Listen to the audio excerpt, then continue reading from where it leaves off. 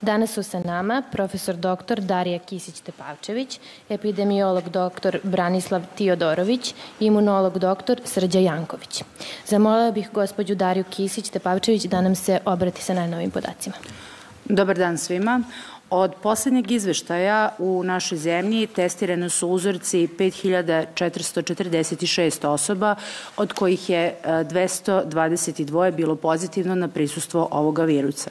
U ovom momentu ukupno je hospitalizovano 2517 pacijenata. Na respiratoru se nalazi ukupno 79 pacijenata. Nažalost, od našeg poslednjeg izveštavanja do 15 časova umrli su još 6 osoba kao posljedica infekcije ovim virusom, od koga su 3 osobe bile muškog i 3 osobe ženskog pola. Ukupan broj preminulih osoba od početka epidemije jeste 168. Ukupan broj izlečenih građana do ovog momenta jeste 1260. Distribucija pacijenata koji su trenutno hospitalizovani u odnosu na ustanove u Republici Srbije je sledeća. Na klinici za infektivne i tropske bolesti Kliničkog centra Srbije se u ovom momentu nalaze 53 pacijenta. U Kliničkom centru Niš u starom delu 125, a u novoj zgradi 187 pacijenata.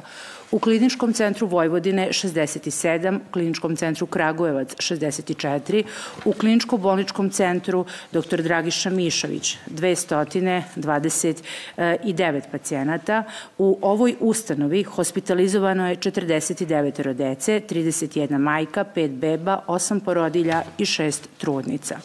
Na klinici za pulmologiju Kliničkog centra Srbije nalazi se 81 pacijent, u Kliničko-bolničkom centru Zemun 230, Kliničko-bolnički centar Zvezdara 225 pacijenata, Opšta bolnica Pančevo 91, Opšta bolnica Leskovac 105, Vojna bolnica Karaburma 42, na Institutu za ortopedsko-hiruške bolesti Banjica u ovom momentu se nalazi 167 pacijenata, na Beogradskom sajmu 164, Studentski dom Niš, paviljon 3 164, u hali 1 Novosadskog sajma 57 pacijenata, Novi Pazar, Srednja medicinska škola 2 heroja 43, privremena bolnica Hala sportova Kruševac 38, u privremenoj bolnici Plava hala Čačak 27 pacijenata, u specijalnoj bolnici za rehabilitaciju Junaković u Apatinu 37, u Institutu za rehabilitaciju Selters Banja Mladenovac 28,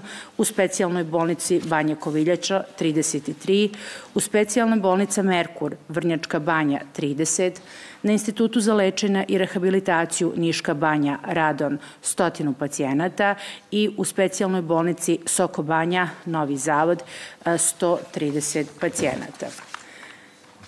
Distribucija svih osoba na području naše zemlje koji su do sada bili pozitivni na prisustvo novog koronavirusa je sledeća.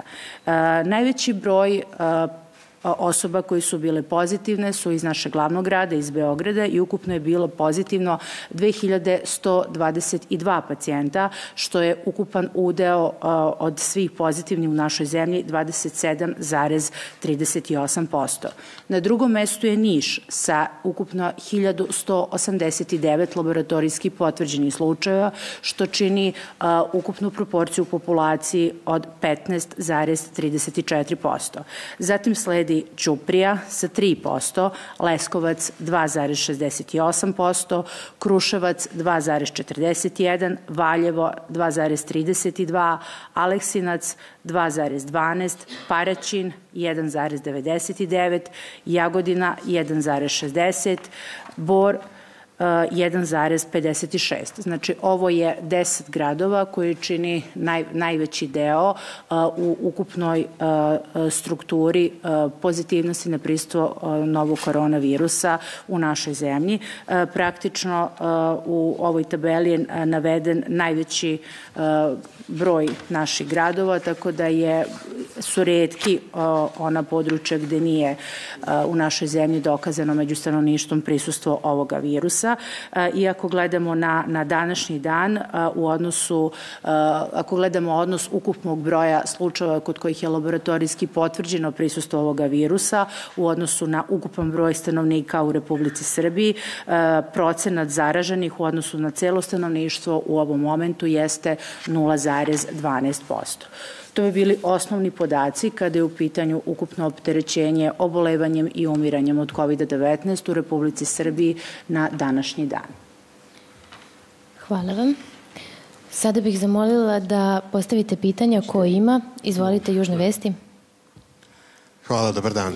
Izvinjavam se, evo, samo da gospodin Tijodorović doda. Bolje da im damo šansu da pitaju. Može. Prema današnjoj odluci kriznog štaba, jedinstvenog stava u celini, znači stručnog dela i svih ostalih,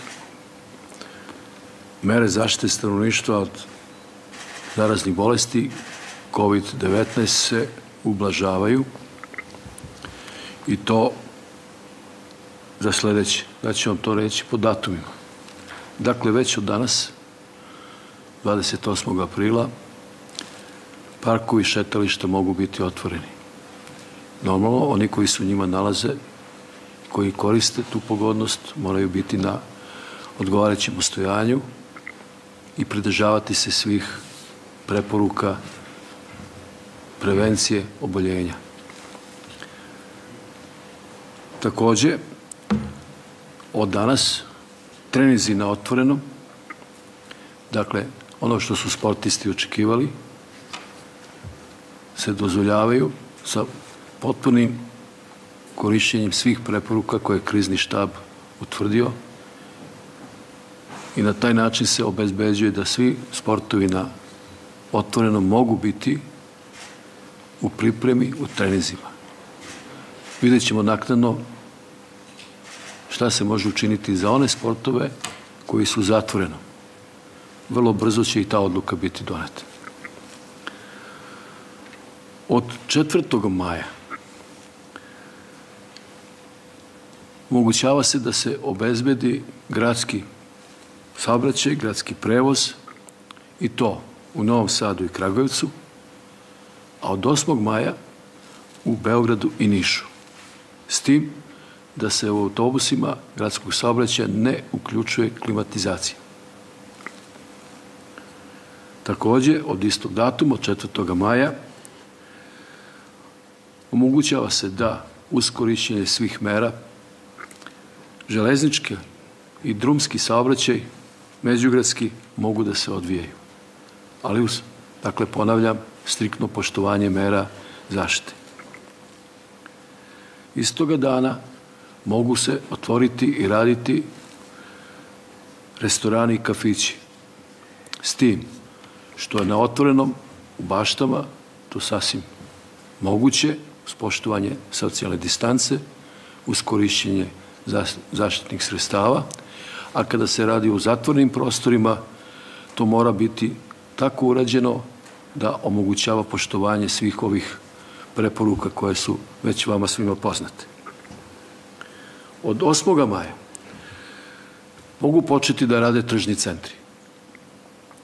Opet uz veliku dozu opreza, posebno kad se tiče broja korisnika, distance koja mora da se omogući, a takođe i korišćenje zaštitnih sredstava od strane davaoca usluga i korisnika usluga. Od 11. maja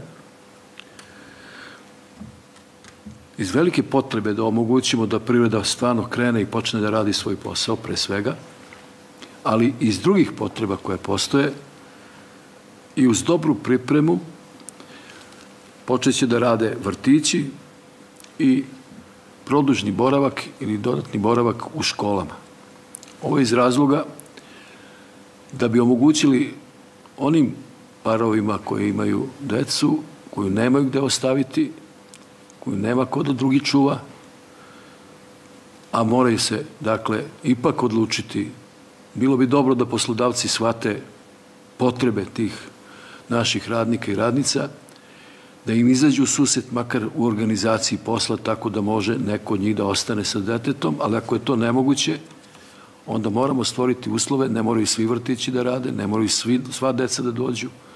Već je sad procena da otprilike možda ćemo 1/3 koristiti od tih potreba, a pošto se zakon vrlo jasno izjašnjava da dete do 12 godina ne sme da ostane samo, onda zato pomenuli i ovu mogućnost da rade produžni boravci u školama, odnosno da se obezbedi, da i oni omoguće da jednom broju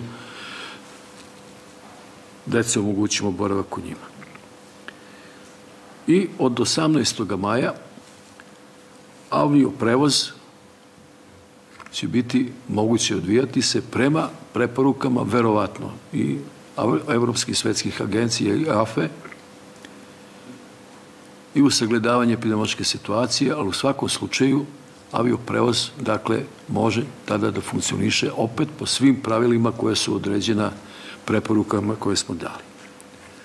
Ja na kraju mogu dodati samo da svi ovi koji su pomenuti da ćemo krenuti, moraju dobro da se pripreme, da stvarno budu spremni da sprovedu sve mere, a to će im omogućiti između ostalog i obaveza Ministarstva zdravlja, Instituta za javno zdravlje i Republičke komisije za zarazne bolesti, koji će im pripremiti instrukcije, neke od tih instrukcija su već spremne, i da na taj način budemo potpuno u skladu sa onim što je osnovni cilj. Osnovni cilj je zaustaviti zaražavanje, smanjiti rizike, a omogućiti da funkcionišemo kao društvo.